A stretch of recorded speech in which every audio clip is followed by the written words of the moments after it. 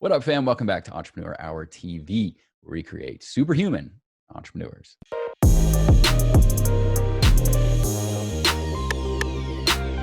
We're going to talk about team building. We're going to talk about initiatives. We're going to talk about how to get things done.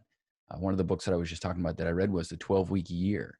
And a lot of what I was learning was things that honestly I hadn't been doing myself. And I'd like to consider myself somebody that actually studies a lot of these things as far as execution, hitting initiatives. It gets challenging when you have a team involved, right? It's not just you anymore. It's getting everybody else on board with that, getting them just as excited as you are so that you guys all have movement in the direction of what's in the best interest for the business and for your entity and organization. So that's what we're going to talk about today. And we've got a guest, an expert that actually does that. That's what he does for a living, right? So he has far superior knowledge to that of my own. Welcome to the show, Clint Padgett. How are you, man? I'm great, man. Thanks for having me. Yeah, so we're gonna have to get over this whole thing. You told me you're a Georgia Tech Yellow Jacket, so we're gonna have to, guys, just forgive him for that. Yeah, please. I'm also a Carolina Gamecock fan because I grew up in South Carolina, so I couldn't even pick the Clemson Tigers that would at least be winning, right? Yeah, at least you're winning. At least you're winning on that side of things. So cool, man. So talk to me about your journey. What led you to doing the work that you do, and kind of what is the work that you do? So it was circuitous, to say the least. I grew up in a small town in South Carolina.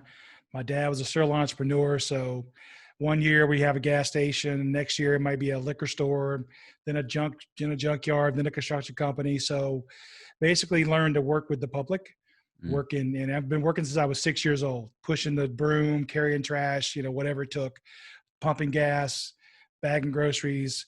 So you like, the nice thing about that environment is you get to deal with a lot of demographics, a lot of socioeconomic divide, a lot of different people, and you learn people are just people. That's really what they are. It doesn't matter your job, your description, your job title, your salary, pay grade. It just means you're a human being and I'm a human being. So I think that while I didn't volunteer to be a unpaid worker in my dad's enterprises, it definitely paid dividends later on down the road. Basically, I went Navy right out of high school, spent 6 years in the Navy. Then I went to college. I went to college, as we talked about, at Georgia Tech. Yeah. My first job, I walked out of Georgia Tech across the street to Coca-Cola, spent 6 years, like 6.5 years at Coke as an engineer. Got an MBA at Duke University, so I kind of kept it all in the ACC. But then I gravitated into project management, and I really do like project management. I really like the people aspect of it, the tangible aspect of seeing stuff get planned. It's just an idea in somebody's head and then actually seeing it come to fruition and execute. And so that's what we do today. I have a company. We've got about 15 people, and we do global projects around the world. Everything from simple projects where it might be a startup with a new product to we have planned every one of the Olympic Games, summer and winter, for one of the major sponsors of the Olympics since 1992. Wow. So all over the map. One of the things you just mentioned that I want to highlight about your journey and make sure people know this, because I see I don't see a lot of people that recognize the linear progression of their career, or they see finality in those seasons, and that those skills that they learned or the experience they had isn't applicable to the next thing they're doing. One of the things, as I listen to your story, that I want to highlight and make sure people really kind of fixate on that is started out mopping floors, but around people, right? Working for your dad almost as like an intern, so on and so forth, right? But then you go off and you're in the military, right? You're in the Navy. Then you're at Coke. Now you're doing, so it's like you almost were grooming for the work that you do all of those years ago. And I don't think some people, Clint, I don't think they see it that way. I think they delve into some business venture and they're like, well, I got to figure all this out. It's like, no. You've been preparing for this your whole life. You just didn't know it. Would you agree with that? How do you think those experiences in your life helped you, or at least gave you the skills that were necessary to do the work that you're doing now? I think you're spot on. I mean, I have one of my best friends one time tell me how lucky I was to land the job at Coke. And I remember thinking to myself, that wasn't luck, man. That was growing up the way I did, going in the Navy for 6 years and working my way through Georgia Tech, college, co-op into Coca-Cola. I mean, I maybe it was luck, but I set myself up for a lot of good chances then. And you'd be silly at Georgia Tech. I mean, so people that don't know, because, obviously I lived in the Atlanta area for several years, almost 20 years. And for people that don't know, Georgia Tech is literally across the street from Coke's World HQ. I mean, talk about an ideal opportunity for you to just say, hey, what can I do here and how do I get involved, right? Absolutely. And I was a co-op, so that helped a lot. The co-op program was great. What does that entail? It's a program with the school, correct? Yeah, so it's through the Cool. school. It's called cooperative education, and then they Awesome. they partner with some different companies. Yeah. And we were on the quarter system back when I was in school, so it worked out really well Uh, because you could work a quarter, go to school a quarter, work a quarter, go to school a quarter, that's and that's cool. how I paid for college. Yeah, I think for the younger people that are listening, I do know we have a lot of younger folks that are listening. I think one of the things that was really conflicting for me, Clint, and maybe you felt the same way, and maybe this is, you just mentioned it kind of with the quarter system, was I always felt like I had to make this sacrificial decision. I get these opportunities to go do things, right? Whether it was like side hustles. I told the story about how we went to New York at the day after or on Black Friday, day after Thanksgiving, and just massive haul and sold all the stuff on eBay. This was when eBay was like the big thing, right? Before Amazon just kind of took over the world. And we were actually flipping these clothes on eBay, getting them at 75% off, selling them 50% MSRP. So effective, we're doubling up, right? We spent like $40,000 and we crushed it, right? We made like an annual salary, like in a week and a half for an entry level. And for me, one of the challenging parts and aspects of being at UGA was you kind of were expected to be a full-time student. So if you could go back, would you have still gone the Georgia Tech route? Did you kind of know you wanted to be an entrepreneur? What was the benefit of having work experience coupled with education? I think sometimes we don't find a healthy blend of the two. I think I had a unique experience because I had come out of 6 years in the Navy, so Mm, I'd already done the yeah. all the typical stuff where you drink too much. And I did that in the Navy, right? So, and Yeah. that was a lot better place to do it because you had your buddies to call you back. But Yeah. Yeah. so when I got to Tech, I was 24 years old, and You're ready. I was looking to really buckle down and do stuff. Now, but I will say this: I my journey at Tech was long. I mean, I took 6.5 years to graduate. And I did it because I was only going to school every other quarter, and I was okay Yeah. with that. And I remember my boss at Coke at the time when I was co-op and said, "Clint, what are you going to tell somebody when you show them the resume and they said it took you 7 years to graduate?" And I had my answer. My answer was, I was here for an education, not a degree. So if I saw Mm, something, if I was some off topic that I wanted to take, I took science fiction and writing classes. I yeah. wasn't going to be a science fiction writer, but let's do that. And all that Yeah. does is broaden your horizons, gives you skills you didn't know you needed, but maybe you could play on later. So I'm a big fan That's a of good, taking those little side trips. that's a really, really good answer. That's good feedback. I appreciate that. All right, so let's jump into it, right? Because this is one of the big challenges. And again, I just mentioned I was reading a 12-week year, and it's I've been involved with organizations where we've got 350 employees, and I've been in organizations where it's a remote team overseas that we've never met them in person. So I've seen kind of the different challenges. I'm sure you've seen 10 times, if not more, the challenges that I've seen. But let's talk about fundamentally what is so challenging for leaders and then for teams to execute and actually hit their deadlines on their big initiatives in their companies. Well, I think it's tough because especially when you are remote, let's talk about the remote piece first. So basically one of the challenges now this challenge existed 6 months ago in the office because people Yeah. sitting at their desk would shoot an email or send a text message or post on Jira or Slack and not get up and walk 3 doors down the hallway and stick their head in the door and talk to you, right? So it's just exacerbated now with the remote. Yeah. But the challenges you have when you work in remote is it's very easy to get off on a tangent and do something that's not remotely close to what should be done at the moment. So the easy way to think about that is when you were a kid, did you play a game called telephone Yep. where there were like five of you in a row and each You person pass it whispered a, around. right. And of course, what came out of person number five's mouth is not remotely close to what number Yeah. one said, right? And that's because what happens is each individual person communicates to the next person, and that person hears the message through their filter, through their biases, through their understanding of language, through their Mm. life experiences. So, and then they communicate that message as they understand it to the next person who puts their spin on it. So it's not surprising that what comes out of person number five's mouth isn't remotely close to what Mm. person number one said. Well, that's the same thing that happens today in a remote environment is you hear something in an email or a text message, you put your own spin on it and you're off to the races. And now you're doing the wrong thing. What Mm. would have made that whole thing better, and what we should do when we are working remotely, is we should have conversations where if each person could have looked back at the previous person and said, well, wait a minute, say that again. What does that word mean? And when you say go left, do you mean go left right now or at the next fork in the road? You Yeah. ask those clarifying questions, and then the message that comes out of person number five's mouth is the same thing that went into person number one. And the same thing now when you take that and you parlay it into teams from working remotely. If I'm a leader, I want to make sure that the message that I said was heard and understood in the way that I wanted it to be heard. And I want to make sure the team is clear on what the message is and who has to go do what and by when. And that all comes through having conversations. So I got a couple of fundamental questions for you then. The first is, the guys at Basecamp, their book Rework is fantastic. It's one of my top books I recommend to entrepreneurs to read, because I think it's like your handbook for how to, get a successful startup venture off the ground. One of the things they talk about, though, is that this overabundance of meetings. So when I hear you say those things, I'm not disagreeing with you. I'm just Right. kind of adding on to this and making sure we're being clear as we talk about being clear. Are you a big proponent of meetings, multiple meetings? How do you make sure this gets done without spending significant time in meetings? Or is that even a bad thing in your view? No, I do think too many meetings are a problem. I mean, I think that's an issue, right? People have more work than they could possibly get done as it is. So you Yeah. don't want to add overhead onto it. But to me, you want to make the meetings productive. And so it's about having an agenda, keeping it short to the point, not a lot of BS. I mean, you want to be succinct and have an agenda that you stick to. In the world that I live in, which is project work, the meetings all add value because it's about adding new stuff to the schedule, understanding the challenges. I mean, listen, the real world happens. And so you have this beautiful plan that you built with your team that doesn't survive longer than about 24 hours. Yeah. Something will need to change. And we can't be changing everything every 5 minutes. We want to have one collective, okay, let's make a change. Everybody change it. Then a week later or 2 weeks later, have another change. So to me, it's having these 1 hour meetings about a project every 2 weeks.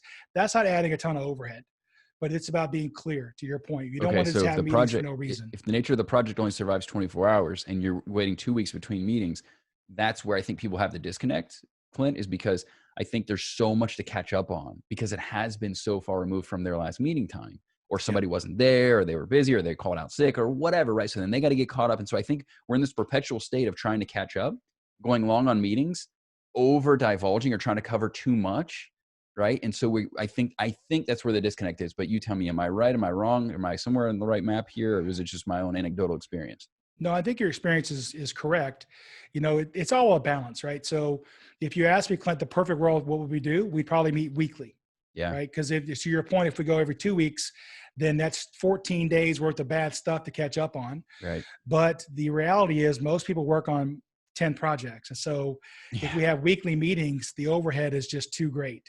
So we're forced to go to every other week. But the safety that we put in place there, of course, is if we have a meeting every 2 weeks, and let's say we had the meeting yesterday, if I have a problem today, I'm not going to wait 13 more days to tell you about it. I'm going to call you and say, hey, here's the problem. And we can make the snap decision to get a small core team together just for 20 minutes to fix it. Or we can say, you know what, that's okay. Go do your thing. And we'll bring everybody up to speed in the next meeting. Okay. So that was going to be one of my next questions. Actually, a question beyond the question I was going to ask you. So let me jump into that one, because that one's more relevant to right now what you just said. So if somebody has an issue, let's say, I'll give you one of my examples. Let's say I've got my video editor and we make a decision about the direction of our YouTube channel. Let's just say, right? Our YouTube channel is new. It's only been around a year. And so we're still figuring, we've done 100 something videos, but we're still kind of figuring out like, okay, what works, what doesn't work. So we're having these little micro conversations. So how do we know, how do you figure out, okay, these are the pieces we need to bring to the meeting? What conversations should be had in the meeting versus just those one-on-one back and forths? And so for us, it's pretty simple because our meetings are about the project itself. Okay. So we're really there to talk about schedule issues. Okay. We know what was supposed to happen, what actually did happen. Okay. Right. And I have a couple terms I like to use. They're called known unknowns and unknown unknowns. So the known unknowns are the things that you don't know, like who's going to get sick. You know somebody will, but you don't know who, when, or for how long, right? And those you can kind of plan for along the way. It's the unknown unknowns that you can't plan for. That's where the factory that had your parts just burned to the ground, right? Or got hit by a tsunami, coronavirus that takes over for 8 months, and counting, right? So exactly. So those are the unknown unknowns. And so those are the things that you have to say, all right, you know what, this has happened. What's the impact on the plan? Let's adjust it. And the other thing I think people have to understand is the plan can change, right? It's not cast in stone. And also, if you get a pandemic situation where people are forced to work remotely and less efficiently, then that means the dates have to change. There's no magic bullet that says, well, all this bad stuff happened, but the date doesn't move. I live in the real world, and that's not how the real world works. The real world says if all these bad things happen, I could either spend money to fix it, or we got to move the timeline out to fix it. Yeah. How much time should the leader of the organization, right? Because I think this comes down to leadership. And I think one of the biggest mistakes, and one that I learned the hard way, very, very hard way, Clint, was I was what they call, and maybe you've heard this reference before. I don't know where I originally heard it, but whatever, that's a moot point. Was leaders are often, they'll look out the window, they don't look in the mirror, right? Meaning they'll look to who, oh, well, this person's not doing their job, right? Or they didn't do what they're supposed to do. When it's, okay, did you effectively communicate what you expected? Did you effectively communicate the vision that you had? Did you effectively manage it the way that you should have, right? Did you have a system and a structure in place for this execution to work the way it's supposed to? That's really the difficult. Now, there's times when obviously you need to look at somebody and say, okay, you're not doing your job, and we've given you every opportunity to do so, right? So I want to make sure this isn't a binary discussion. There, obviously it's shades of gray. But how much or how little time should leaders be allocating? I think there's a lot of entrepreneurs specifically that they struggle with the transition. I myself was in this category, and I find myself falling back into it too. You can't just sit and collect a paycheck. And so there's this process of like hiring, training people, you doing the heavy lifting yourself, because that's what the hustle stage requires. Handing those things off, learning how to do that, learning how to be a manager, having people in another country that maybe English is their second language.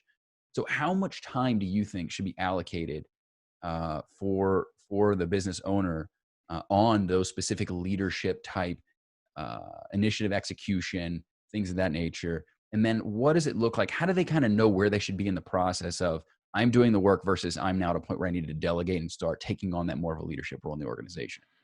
Yeah, that's really a tough question, Chris, because I mean, I think that's one of the things that we all struggle with, right? I mean, Yeah. I've had my company now for over 15 years, and there are still things today that I want to delegate off, and then I'm not happy with what I get back, right? Yeah. And so, there's the part of me says, well, then I'm not, next time I'll just do it myself. And it's not the right Mm, thing to do. The right thing to do is give it to somebody else, let them learn from it. Yeah, it's probably taking me longer this time while they learn, but that's just an investment I need to make. I yeah. think you have to be clear. So I'm a big fan of paraphrasing. Uh, And the other thing we all fall into this bucket as well. We all think everybody understands us. The yeah. message we think is clear, and we find it's really not clear. And so I'm a big fan of paraphrasing. So having the conversation, say, hey, here's what I want. Now, Chris, what do you think I'm asking you to do? And make you tell me back. mm, Because now I know in the first 30 seconds, you're about to walk on the wrong path, and I can stop you and say, no, here's what I really meant. Let's try it this way until I make sure you have my message. And I think and the other thing we need to do as leaders is we need to have a culture where the truth is acceptable. yes. You know, one of the problems that I see people have is I call it shoot the messenger. Like, listen, I think people want to tell you the truth. They want to be honest. And I'm willing to tell you the truth. But if you shoot me, if you beat me up because I gave you Mm, bad news, okay, lesson learned, that won't happen again. And now I'm going to have bad news I'm not going to share with you as a leader. And that's a problem because as a project manager, I know there's going to be many, many bad things that happen in the world, in the project world. And I'm actually okay with that. I mean, I'm accepting of that real life fact. What I'm not okay with is bad news you've known about for months that I'm just learning about today, because that's 3 months of time we could have had to fix it that's now gone. And whose fault is that? It's my fault because I created an environment where the truth was not acceptable. And I'm mm, going to pay the penalty for that in the long run. And you don't want that. You want to create an environment where people are willing to tell you the truth, willing to tell you the bad news. Now, if the same person is giving me the same bad news every time, then that's a coaching situation. But I want to create the environment where people are willing to tell me the bad news. Would you say that, maybe this is oversimplifying, so tell me if you think this is, I'm just thinking, about my own experiences, the clients I had to work with and stuff like that. I often think that sometimes the reason the truth is not acceptable, or the reason why the natural evolution of someone become, they call them growing pains, not growing pleasures, right? So going through and enduring that, getting maybe 70% or 60% of the work that you would do, or the quality of the work that you would do, I think part of that is the financial pressures of, I can't afford right now to have this as 60% of what I would do. I need this done the way it needs to be done right now. Or I don't care about the truth and mistake, guys. The lights aren't going to stay on if we don't. Do you think that's one of the pressures, or what are some of the pressures that you've seen that cause those things to not be able to exist, that, causes you to not be able to take the short-term sacrifice, right? Or to bypass the short-term gains for long-term, prosperity, if you will. I think your What do time is limited as an entrepreneur. And Okay. so, you're focusing on the things that you feel are the most important that you need to get done right. And so I get that. The problem is there's never that time that you're going to have to coach never comes. Yeah. It's like saying, well, I'm going to have kids when I'm ready. You're never going to be ready. You just have Yeah. them and learn as you go. Right. So, I mean, the same thing happens here. So maybe you strike a balance and say, you know what, I'm going to do it, but long term, I want this person. I want Joe to do it. So let me invite Joe to stick by my side while I do this, so that maybe next time they can do it, and I can just coach them a little bit. It'll be more efficient that way. So I think that's one thing. The other one is, and again, I'll just say what I like to call a spade a spade. I think people don't like to hear the truth because it's ugly, right? So we have a saying, as you know, Mm. in the South, your baby's ugly, right? Mhm. And so nobody wants to tell the senior vice president or the owner of the company, your baby's ugly. Yeah. And so they try to sugarcoat it, and they try to say it in a nice way or downplay it. And maybe as a leader, I don't want to hear that. Yeah. I've got this really, what I think is this brilliant idea. Yeah. Why doesn't everybody else get it? Don't give me all your crap. Don't give me all your negativity. Just support me and we'll go do this. And that way, if you do that, then people are going to say, well, I don't want to risk my relationship with the owner or my job. He doesn't want to hear it, or she doesn't want to hear it. I'm just going to be quiet. And that's, again, you're, as an owner of the company or the leader, you're going to get hurt in the end because of that mentality. Yeah, I agree. Something you said earlier, I think, is really, really relevant. And I think this is something that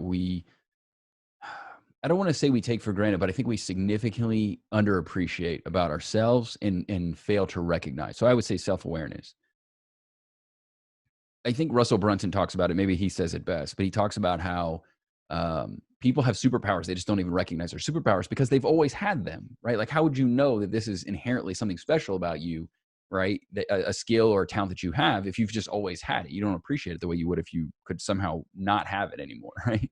Right. So I think that there's a lot of leaders, a lot of visionary entrepreneurs that in their minds, they see what you just said, right? My baby's not ugly. This is brilliant, because they see the end as though it already exists because they're visionaries. That's how their brain works. The team doesn't see it that way, right? They're not able to, they do things that you don't do very well, but maybe they don't see it in a way that you see it, right? So how have you seen people navigate that, being those visionary types, to be able to communicate effectively with people so that they can connect the dots, or they can work together seamlessly so it's a productive, fruitful relationship? That's a really tough one. You know, to me, it all comes back to having conversations with people and just forcing myself to sit down, take the time to have the conversation, ask the clarifying questions, really try to make that connection. That's also one of to sidetrack the conversation just for a moment. That's actually one of the struggles I think we have, is we want to feel like we're part of a tribe. I think as human beings, we really want to feel like we're part of a tribe. And this isolation that we're in right now, like I just interviewed somebody last week over in Australia who's a professor of organizational behavior at Bond University. She wrote an article called Zoom fatigue, right? And that's actually a thing.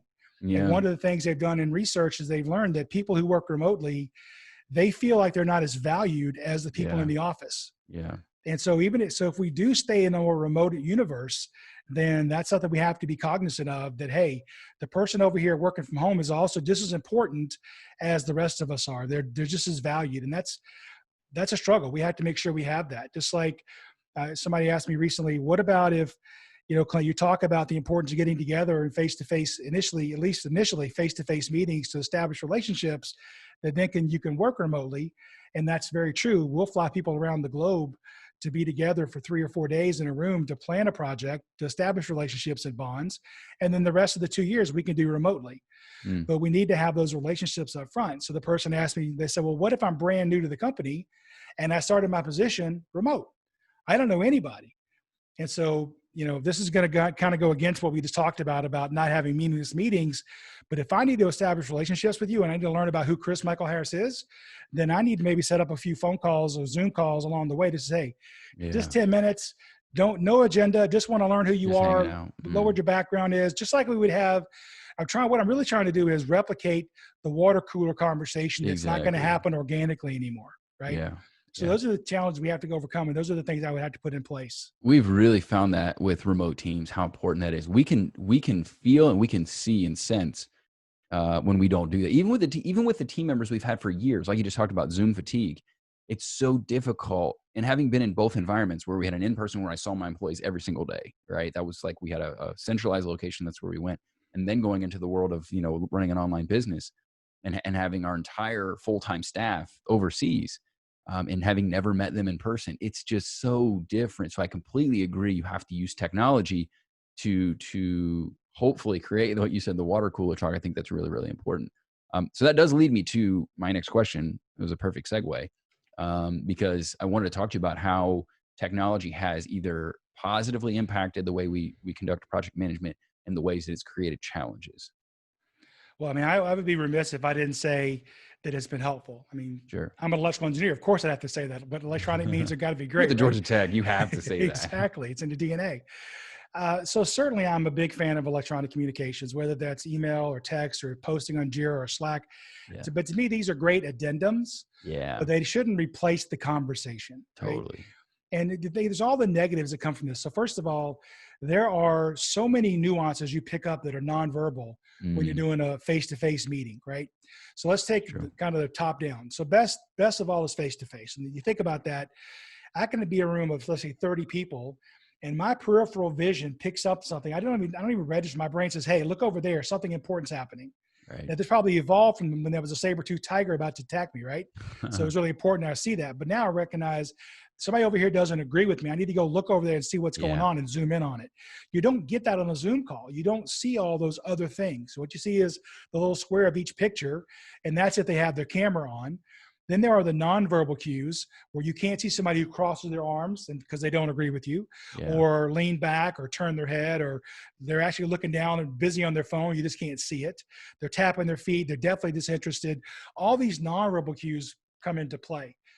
Think about the times where you've sent or received an email and you interpreted the tone Oh, incorrectly. totally.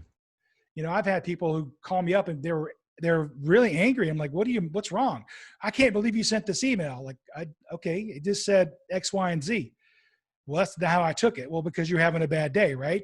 Mm, So the tone of, how many times has somebody said, I was going to leave you a voicemail, meaning I didn't really want to talk to you. I just want to leave you a voicemail.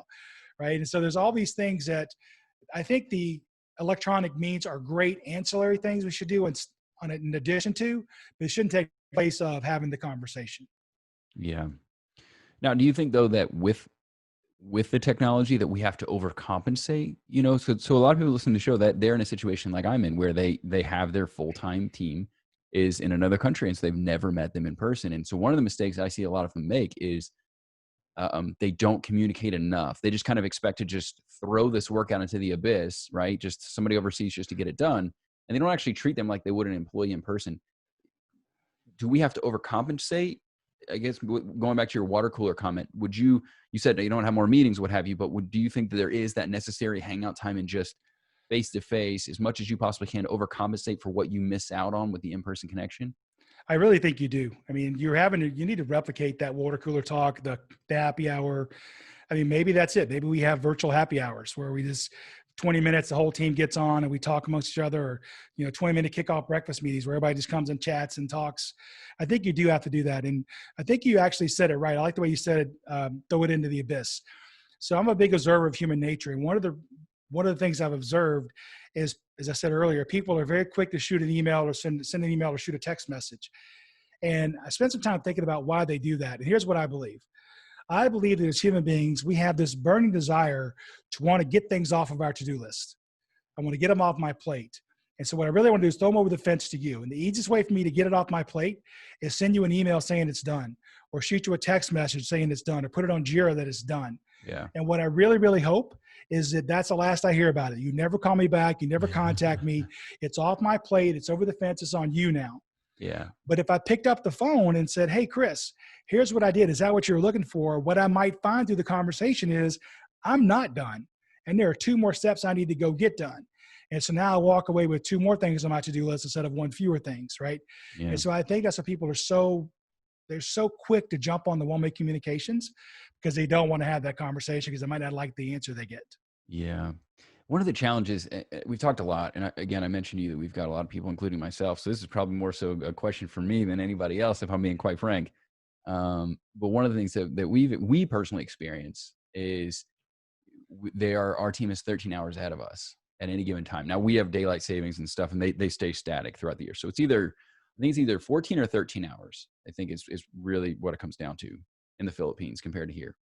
So one of the things that you just mentioned, I think is so powerful is like those abilities to, I remember before you could just go and knock on somebody's door and say, hey, that thing we talked about, what about that, and so you have that opportunity.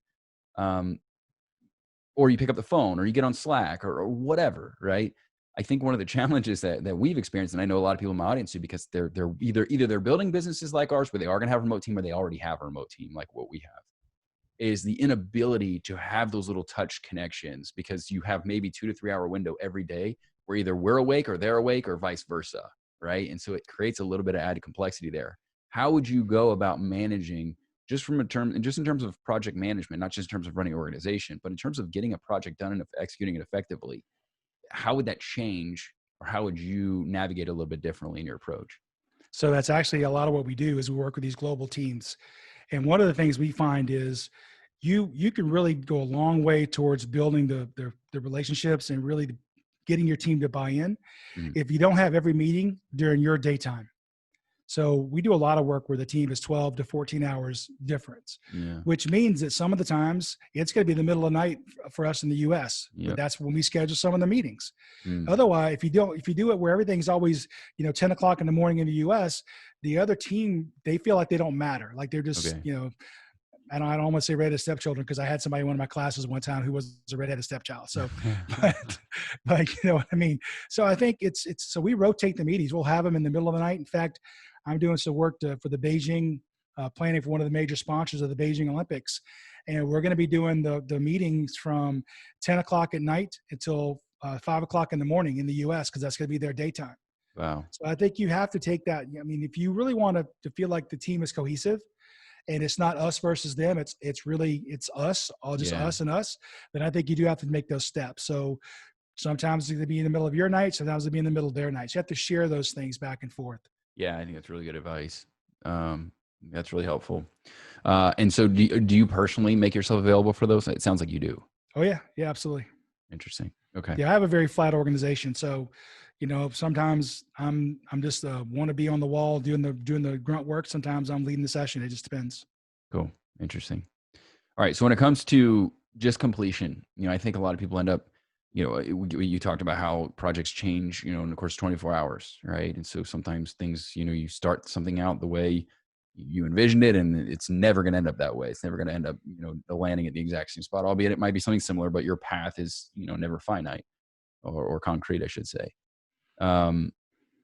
What do you think are the biggest mistakes, I think, is what I'm looking to ask you, that people make in terms of just not only completing their projects, their big initiatives, but doing so on time and doing so in a way that actually lands at a fruitful result that they were seeking from the onset?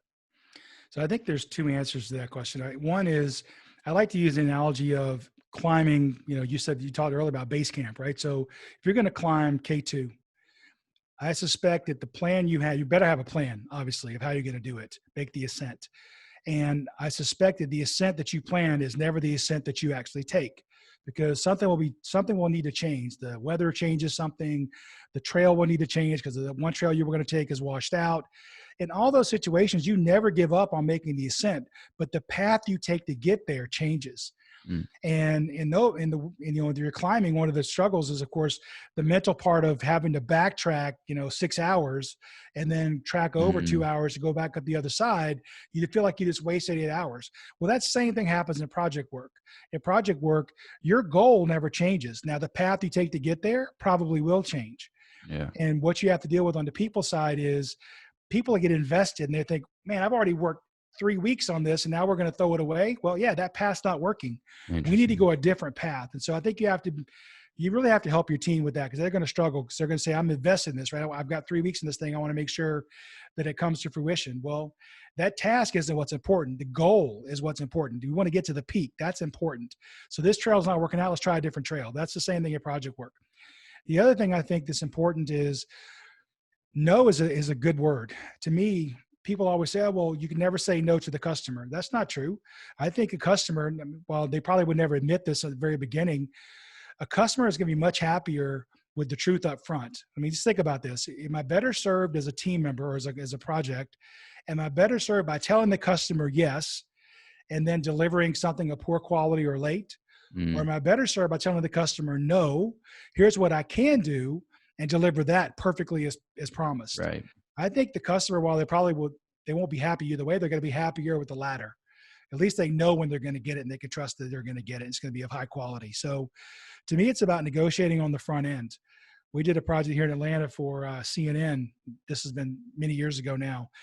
And the project was called the HD project. They wanted to have all their programming available in high definition by November of that year. We were planning it in April. And after the planning session, which took us 3 days, we realized we couldn't meet November. It had to be the following April. And we said, here's why we can't do it. And we tried all the different things we could to compress it. But at the end, our internal customer agreed with that. And that was considered to be a successful project because we did deliver on what was promised. Just don't promise everything up front when you can't do it. Mm, okay. Now, so in terms of going back and scrapping work and starting over, and not starting over, but seeking a new path, I think is as you mentioned it. Um, a lot of people, I think, what they find is they're in a perpetual state of pivot, right? And so maybe there's not necessarily enough. I don't want to say tenacity. I don't know if that might be might be misguided to say that. But sometimes I think you just have to push a little bit harder, right? It's like it was like a half attempt, and so it didn't work because it wasn't. Not everybody was fully on board, and you yourself as the leader, you weren't fully on board with whatever direction you were headed. How do you guide people in determining, yes, this requires a tweak or a pivot, or I don't know if this was fully executed to the degree that it could have been. How do you know that, or how could people be looking for those things? Again, I fall back on the power of the team. And what we found is the people on the team, I don't care how smart you are as an individual, the team is always smarter than the individual. So Yeah, what we find happen is organically the problem arises and most people on the team are problem solvers. They're going to point out, you know what, that you didn't, let's go a little bit more. I think if you go a little bit more on this, the way you're doing it, I think it is going to yeah, work. You just got okay, to push through it. yeah, Or they would say, you know what, that's never going to work. We've tried it before here at the company or at different companies. We really need to move and do something different. So I yeah. think the collective helps you with that. Are you a fan of including as a layer in that discussion? Are you a fan of, I assume yes, this is probably more of a rhetorical question than anything else. Are you a fan of overlaying data on top of those general gut feeling and assumptions? Oh, of course. Yeah. I mean, data doesn't lie, right? Now you could twist it, but I'm Right. always a big fan of, I mean, and now I love data, but on the other hand, a lot of times we find the anecdotal stuff can be just as powerful. Yeah. That's the tough part, right? Is you kind of have to have a feel for your customer, for your audience. There's And no doubt there's a little bit of art to it for sure. yeah, yeah. And trust and also trust too, knowing that the data you may misinterpret. It's funny you Of say you course. mentioned Coke. We I don't know if I'm supposed to say this was years ago at this point, so I don't think it matters.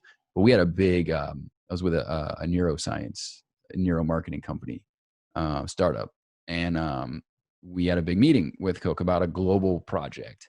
And what was interesting is we were talking about their data collection methodology, and it was funny because they already had a neuro lab at Coke. But one of the things that they said is, we have a lot of data. We know 50% of it is right, 50% of it is wrong. We just don't know which 50% is which.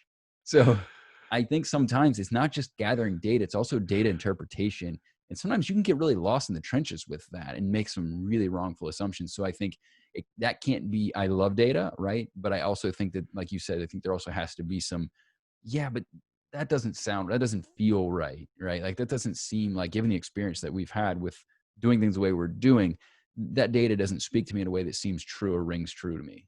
No, I think that's where the human factor comes in. Yeah. A lot of times the data will say something and just your experience says, well, hold on, no, that just didn't feel right. Let's dig into that. And Yeah. then you realize you got a bad data set or you've got an outlier or something else has happened. And you realize, all right, that's bad. It's not this bad data. We're interpreting it incorrectly. And Yeah. now that we have this other lens on it, now it makes more sense.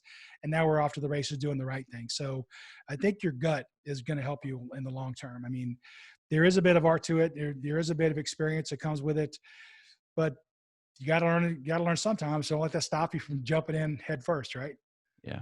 Yeah, for sure. Cool, man. So for people that want to learn more about your work, what you guys do, or they want to follow your content, I'm sure, there's a lot of people that still have a million questions about, what we've discussed here today. Where can they find you on the web, or where can they reach out and kind of discover what you guys are up to? Sure. They can find us at projectsuccess.com or they can find me at clintonmpadgett.com. Either one of those work. All my contact information is on one of those sites. Cool. All right, guys, I will include that those links in the description below. And Clint, thanks so much, man. I enjoyed this conversation. Best of luck to you.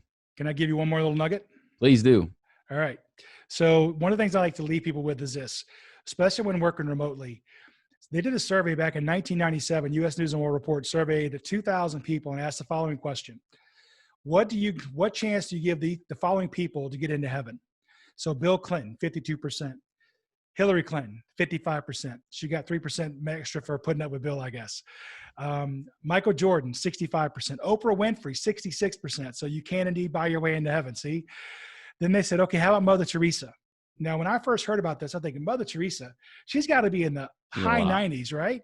79%. Tough crowd. One person scored higher than Mother Teresa, 87% chance. Ooh. Want to take a guess who that was? Man, the I have people no idea. being surveyed. Who? The people being surveyed.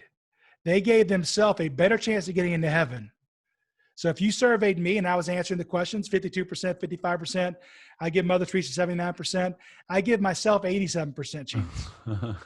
I got a better, so the way, when I read the article, the guy wrote it, he put it this way. I love this, the way he's wrote it. He says, so if I understand this correctly, Mother Teresa and I arrive at the pearly gates together. St. Peter says, I only have a spot for one of you. And I go look at Mother Teresa and say, excuse me, ma'am, that spot's for me, right? So why is that? And here's why I think it is. You judge yourself based off of your intentions. You judge others based on results. If I intend to get something done by Friday, but it doesn't happen, I make excuses. Well, my boss put too many things in my work this week. The kids were sick. I mean, it's not my fault. So I give myself credit, even though I didn't really get it done. Yeah. Where I judge others based on the results. So just be careful.